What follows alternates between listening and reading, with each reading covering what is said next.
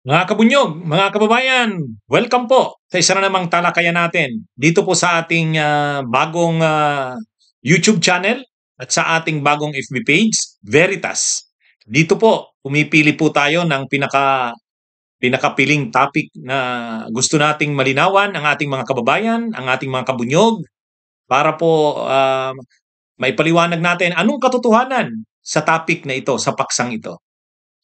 Dahil naniniwala po tayo ang katotohanan ang magpapalaya sa ating bayan. At ang topic natin ngayon, mainit na balita. Ha? Pinostpone, hindi tinuloy ang naka-schedule sanang confirmation of charges hearing ng kaso ni dating Presidente Rodrigo Duterte sa ICC. Dapat naka-schedule September 23 nitong 2025. Handa na ang lahat. Handa na ang prosecution, handa na ang mga biktima, handa na ang mga testigo, handa na lahat. Kaya lang, sa biglaang desisyon ng ICC Pretrial Chamber, diniklara nito na postponed muna.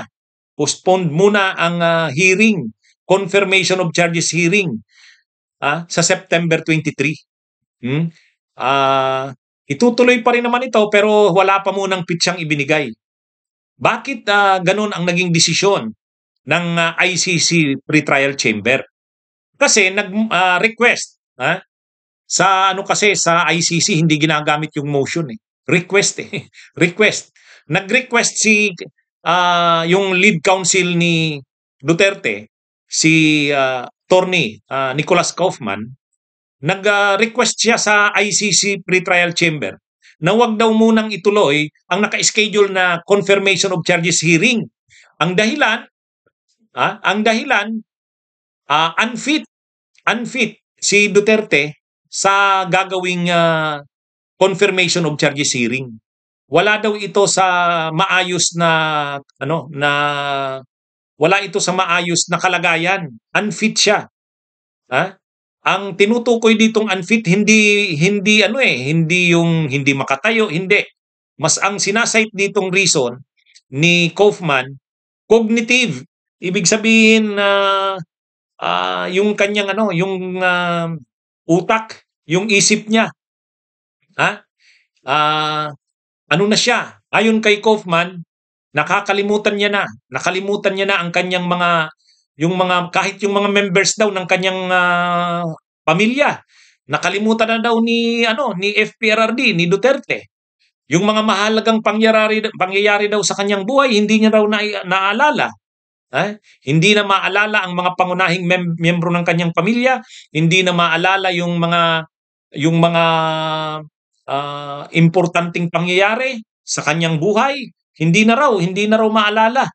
At na daw yung cognitive cognitive function, yun mga term na ginamit, cognitive. Yung pag-iisip niya, hindi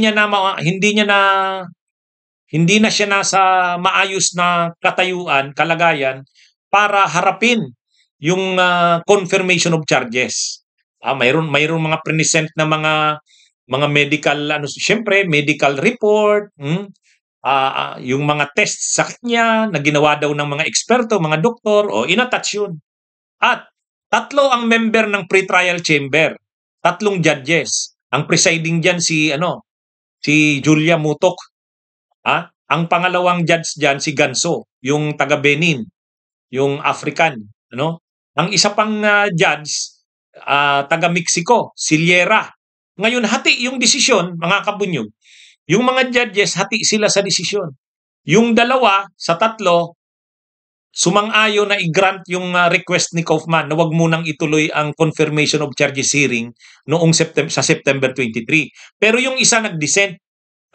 Kumontra si Judge Liera, yung Mexicana, yung Mexicana.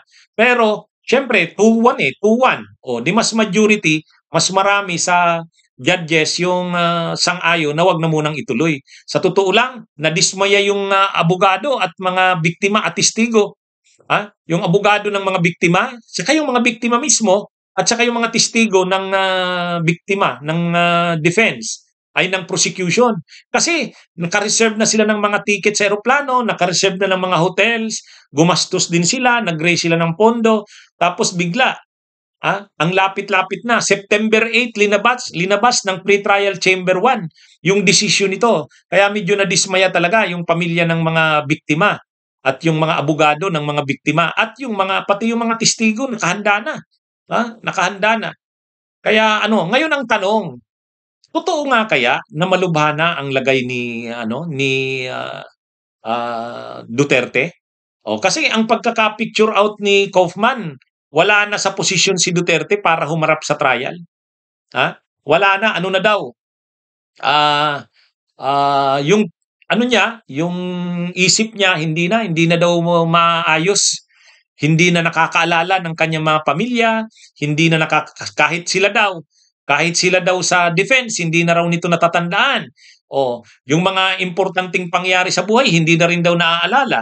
Sa katunayan, alam naman natin na ang susunod dito, ang magiging request na dito ng kampo ni Kaufman, dahil sa tingin nila, ano na daw ito, talagang unfit na para humarap pa sa mga trial. Ang talaga nila dito, interim release na, palayain na. Indefinite na yung indefinite na postponement na ng confirmation of charges. Na 'yon. Kahit daw sa susunod na mga buwan, October, November, December, kahit pa January, hindi na raw nila nakikitang kaya pa ni Duterte na harapin 'yun. Kaya ang tingin nila, na lang ito, i-interim release na lang. Kaya 'di ba, kaakibat nito, linalakad rin nila Kaufman na makapunta siya ng Pilipinas, kakausapin daw si PBBM para makiusap na pagbigyan naman na bumalik na sa Pilipinas kasi talagang na daw, malala na yung kanyang kalagayan. Para dito naman lang daw sa Pilipinas. Yung kanyang kalagayan ay dito naman ma-attendan ng kanyang mga kapamilya. Yun ang sabi ni Kaufman. Kaya lang ang sagot ni Executive Secretary Lucas Bersamin, who is Kaufman? Sino ba siya? Bagay, nayayabangan din talaga sila, Executive Secretary Lucas Bersamin. Bakit naman ganun mag-ano si Kaufman? Sino ba siya? Makikipag-usap siya sa presidente? Sino ba si Kaufman? Masyado namang assuming si Kaufman. Anyway, mga kabunyog, mga kabayan, ngayon sa mga abogado ng biktima, sila Attorney Chrissy Conte, pati yung mga biktima mismo, ang statement nila, wag daw sanang maniwala ang ICC sa mga drama na yan ni Duterte. Pambubudol na naman yan. Hindi ganyan si Duterte, malakas pa yan. Yun ang paniniwala ng pamilya ng mga biktima at ng mga abogado ng mga biktima. Nagdadrama lang yan. Sana wag madadala sa ganyang mga drama sila ang ICC, ang mga judges. Kasi ugali na daw yan ni Duterte na madrama. Pero ayon sa mga abogado ng biktima, at ayon mismo rin sa mga biktima, pamilya ng mga biktima, hindi totoo yan. Ano pa si Duterte, hindi totoo yan na hindi na maalala yung pamilya, hindi na maalala yung mahalagang pangyari sa buhay niya. Unfit na siya para humarap sa trial. Hindi naniniwala ang mga biktima at ang mga abogado ng biktima. Drama lang yan. Kilala daw nila si Duterte. Kaya ito namang si Kaufman, nagdadrama, kasi nga alam nila na kung matutuloy ang trial, wala talaga silang laban.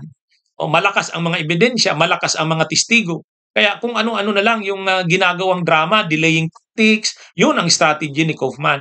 At nakakalungkot daw na itong judges ng ICC ay napapaniwala.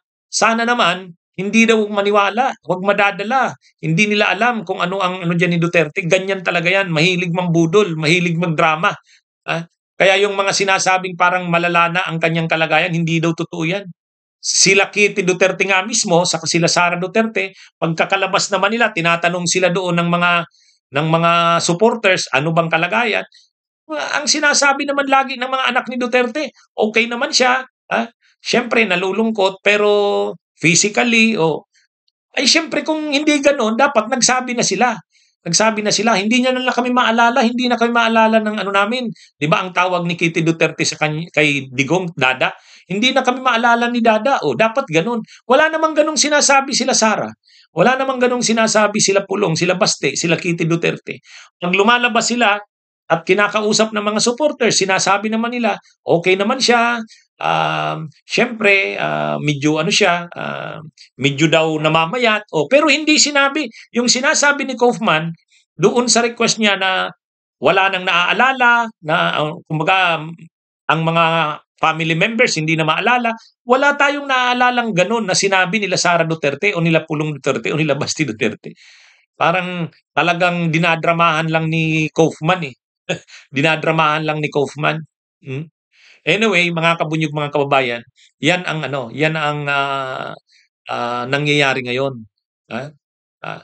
Kaya ano ito, ang stand ng mga biktima at ng, prosecution, ah, hindi sila basta-basta naniniwala diyan sa ginagawa na 'yan ni Duterte at sa sinasabi ni Kaufman. Haharapin nila ito kasi hindi puwedeng, hindi ituloy ang kaso laban kay Duterte. Anyway, mga kabunyog, mga kababayan, dito po sa Veritas, pinag-usapan po natin 'tong topic na 'to. Malubha na nga ba ang lagay ni Duterte at ano ang nangyayari talaga sa kanya sa ICC? So minsan pa mga kabunyog, dito sa ating talakayan, dito po sa bago nating YouTube channel, bago nating FB page, Veritas. Dahil dito po, pumipili tayo ng pinakatampok na topic kung saan pinapaliwanag natin ang issue para malaman natin ang buong katotohanan. Dahil naniniwala tayo, ang katotohanan ang magpapalaya sa ating bayan. Mabuhay po tayo.